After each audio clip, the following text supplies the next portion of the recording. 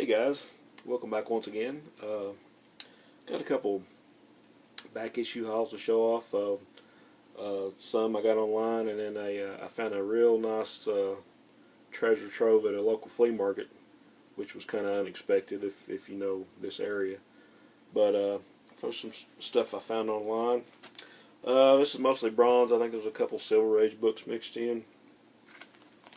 This first one is Fantastic Four King Size Annual number 12. And I've actually got a ratty copy of this. It's probably one of the first Marvel comics I ever owned, and I read it to death when I was a kid. But this is a really great story. I guess starring the Inhumans. And I think they're fighting the Sphinx in this one. But this has got a great story and art by Bob Hall and Keith Pollard, I think. So I found this one kind of upgrade the one I had. And we have Silver Age, Daredevil number 49. Gene Colan artwork. Enough said. Marvel Spotlight 22. The Son of Satan, Ghost Rider, and Satana. Pretty cool cover.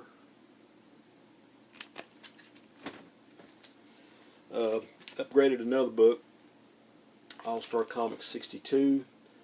This was like the first appearance of the Golden Age Superman once they restarted All-Star Comics. And the artwork is by, I think Keith Giffen did the layouts, and Wally Wood inked it, so it basically looks like Wally Wood, so it's beautiful. It's a really cool book. Great Ernie Chan cover. And we have Marvel Premiere number 9, Doctor Strange. Very talented Mr. Frank Bruner on that one.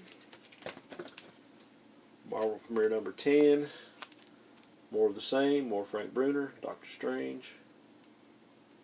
This was just a great run right here I'm trying to complete. And the other Silver Age book I had was Justice League of America 25. And this means I'm down to 22 of having all 261 of the original run. So not as close as Hippie and the Spider-Mans, but I'm getting there. And we have The Power of Warlock, number 7. Gil Kane on the cover.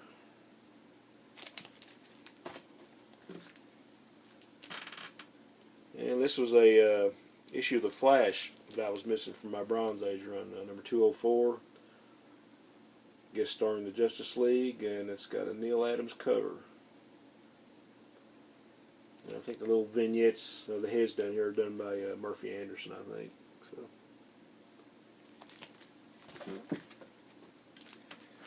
And we have Haunted number 16 from Charlton. Steve Ditko cover. And the last two in that haul, these are a couple magazines I've been wanting to get for a while. I had a ratty copy of one of them, and I don't know what happened to it, but there was only 2 issues of this. And I know a lot of you guys that are into black and white magazines, you'll recognize this, probably for a couple reasons. This is from Marvel, Masters of Terror number 1. And you got stories adapted from Robert Howard and Robert Bloch, H.P. Lovecraft, and the Theodore Sturgeon, the famous It story. So you got a swamp monster cover. I think that's actually Dan Adkins did the cover on this. But I think in this one you have Marie Severin on the art, Jim Starlin, Frank Bruner, Esteban Maroto, who did a lot of stuff for Eerie and Creepy. So great stuff. And there was only 2 issues of this published, so here's number 2, Masters of Terror.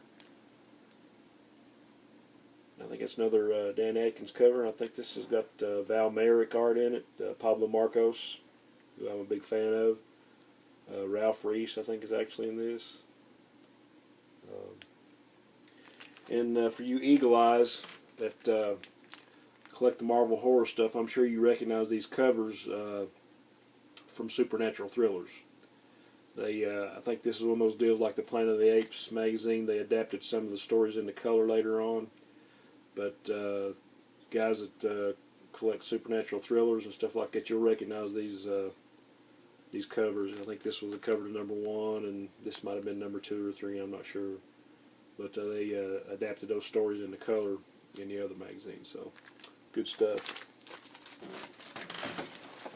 Okay, I'll drop it off. And most of the flea markets and things around here are pretty sparse as far as getting any kind of decent back issues. But my buddy Chris that I work with actually gave me a heads up on this guy, this seller, was at the flea market, and found a nice little stack of Bronze Age stuff. It's mostly horror and mystery, but I don't think any of these books were over $2. There might have been one about $3 maybe, or $4. They're all like maybe fine or better shape. But you have Ghostly Tales 152, Charlton.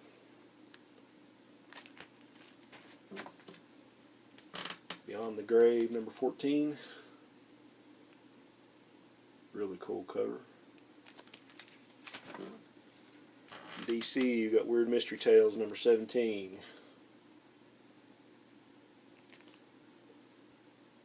Ernie Chan again. And one of my favorite all-time covers from DC's Mystery line was Weird Mystery Tales #12. Luis Dominguez.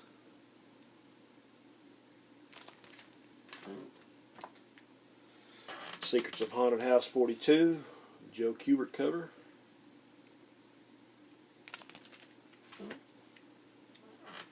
Weird War Tales 79, more Kubert.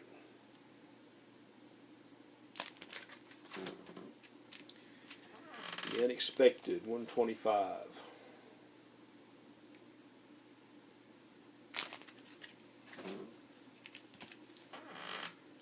Werewolf by Night 22.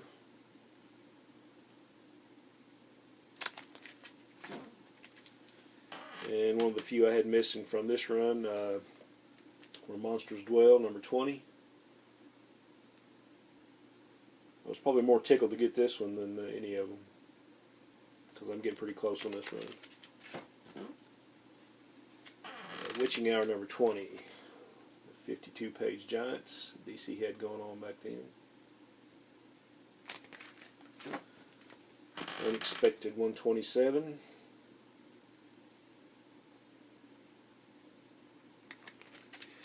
Okay, and these last three aren't horror or mystery, but good stuff regardless. Here you have the DC Masterworks series. This is #1, and this reprints some Shining Knight stories by Frank Frazetta. I think Bernie Wrightson actually had some reprints on a couple of these issues, so this is a cheap way to get some good art. Got a cool Batman from the Bronze Age I didn't have, Batman 309, Fighting Blockbuster, I think, yeah, and a Jim Aparo cover.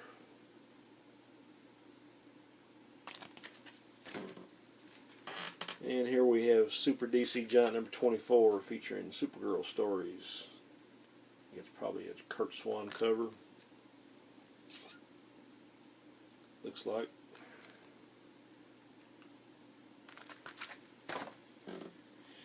And I found another black and white there, Marvel Preview #16, Masters of Terror. And this is all Gene Colan art in this one. Now, one last thing I got found online, kind of go on with my Commandy collection, was the second omnibus of Commandy, Last Man on Earth. And this reprints issues 21 through 40, which was all of Kirby's run. So now I've got both the omnibuses, I think, both archives that they made. Of course, I got the originals, but I'm just trying to grab all the appearances of Commandy I can. There's a few little guest shots here and there that I don't have yet, but I'm closing in on that one too. So, this is just great Kirby goodness. There's the great Superman story, or Superman costume story. nothing I can say about Commandy that I haven't already said, and probably 50 other people haven't said that've been getting into this book. But my all-time favorite comics character. So, well, guys, that's all I got for right now. Thanks for watching. Hope everybody's having a great weekend, and hope to catch you again soon. I have been able to catch up on some people's videos and been writing some comments, so glad to be back. Onward and upward.